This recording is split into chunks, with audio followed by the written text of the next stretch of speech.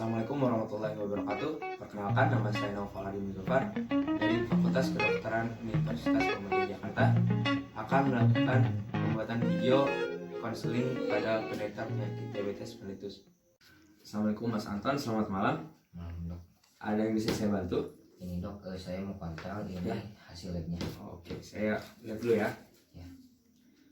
Oke, di sini kadar gula darah puasanya 170, kemudian glukosa 2 jam setelah makan 130, HbA1c nya 8,5%. Ini masih cukup tinggi ya Mas. Ya. Oke, jadi Mas Anton, karena ini masih cukup tinggi, maka harus mencapai target, harus diturunkan. Kalau sebelumnya Mas Anton udah nggak baca atau nonton video tentang diabetes mellitus gitu? Kadang-kadang sih dok. Kadang-kadang. Kadang. Kalau yang saya sarankan sih Mas, kalau misalnya membaca atau menonton video dari sumber yang terpercaya ya Mas. Ya, dok. Oke, sebelumnya Mas Anton apa yang ketahui dari diabetes mellitus? Setahu saya diabetes mellitus itu kadar gulanya tinggi dok. Oh iya, kadar gula darahnya tinggi ya, benar Mas. Jadi kadar gula darah dalam tubuh itu tinggi. Jadi ada beberapa faktor yang bisa membuat kadar gula darah tinggi itu. Jadi salah satunya seperti dari tubuhnya, dari organ tubuhnya mengalami beberapa masalah. Ya. Kemudian bisa jadi dari pola makan, seperti makan atau minum kandungan gula yang tinggi. Kemudian pola hidup nih, seperti jarang olahraga ya Mas, seperti itu. Oke, untuk pola makan Mas Anton biasanya gimana? 3 kali sehari dok. 3 kali sehari. Tapi kalau nyemil gitu, Suka ngemil. paling sering nyemil gitu. Tapi kalau makan tetap 3 kali sehari. Oke, jadi di sini ada prinsip 3J, itu jenis, jumlah, dan jadwal. Jadi jenisnya itu Mas Anton harus menghindari makanan atau minuman yang terlalu tinggi gulanya, yang manis-manis Mas. Kemudian juga seperti dilarang makan jeroan karena mengandung lemak yang tinggi. Jadi selain itu nggak apa-apa Mas, bebas. Asalkan yang terpenting jangan terlalu sering memakan makanan atau minuman yang manis-manis. Kemudian dari segi jumlah, jadi harus ditakar juga Mas. Jadi kalau untuk porsi makan siang itu boleh lebih banyak dari porsi makan pagi atau makan malam. Kemudian di dalamnya juga harus mengandung 4 sehat 5 sempurna ya Mas. Prinsipnya itu dari ini 55% karbohidrat, kemudian 15-20% protein, kemudian 25-30% lemak. Dari jadwal tetap masih 3 kali.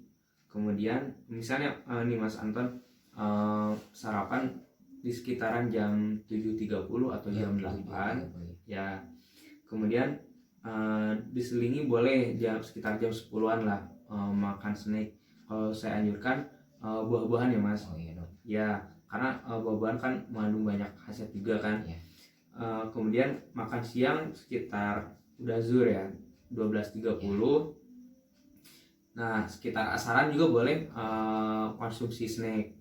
Kemudian dan juga konsumsi snacknya juga buah-buahnya juga sewajarnya. Ya. Jadi kalau misalnya jeruk ya gak boleh nyampe 10 buah lah ya. Ya, dok.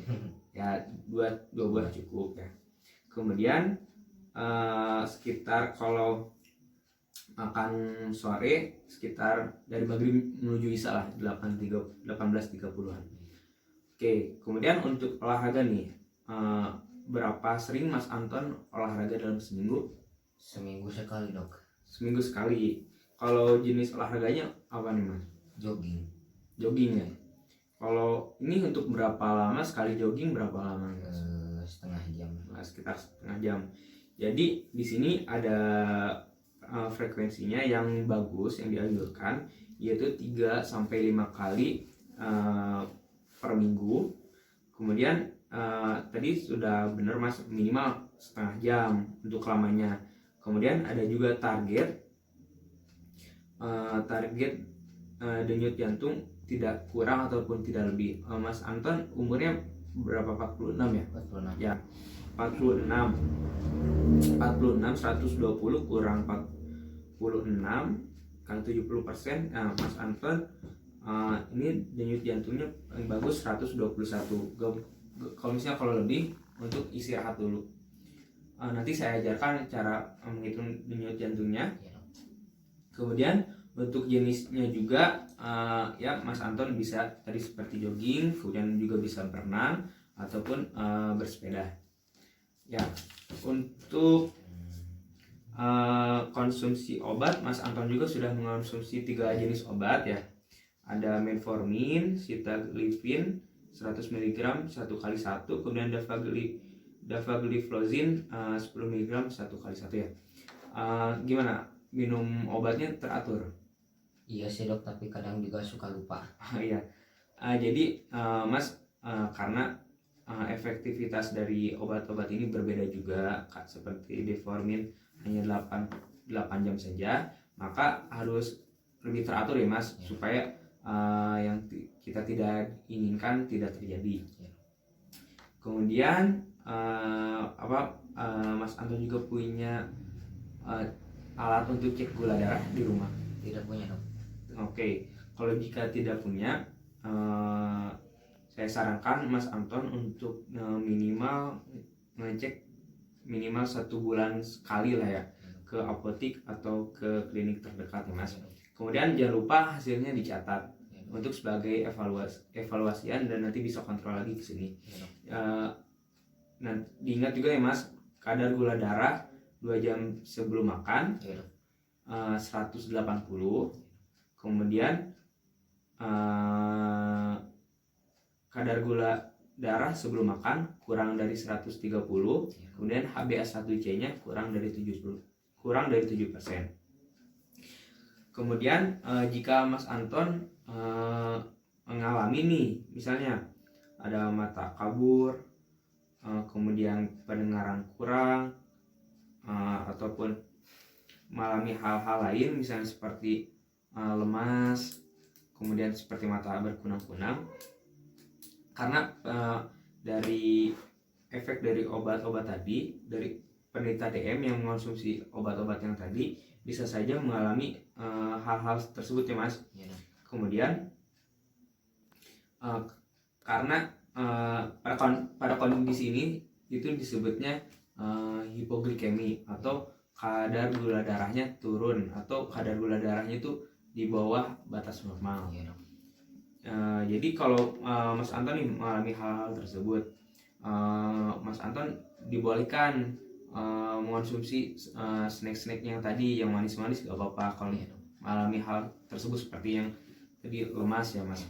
Kemudian jika sampai lemasnya itu seperti mau tidur, nah kalau ini Mas Anton boleh minum seperti teh manis atau minuman yang manis-manis yang lainnya. Kemudian jika kondisi ini berulang, keseringan nih, kondisi ini berulang-ulang terus-menerus, maka segera kontrol ke dokter ya Mas. Oke, untuk sejauh ini apakah ada yang ditanyakan? Tidak dok. Oke, Mas Anton, semoga kadar gula darahnya bisa turun, semoga bisa sehat kembali ya. Terima kasih dok. Pembuatan video konseling pada penderita DM telah selesai. Semoga videonya bermanfaat. Assalamualaikum warahmatullahi wabarakatuh.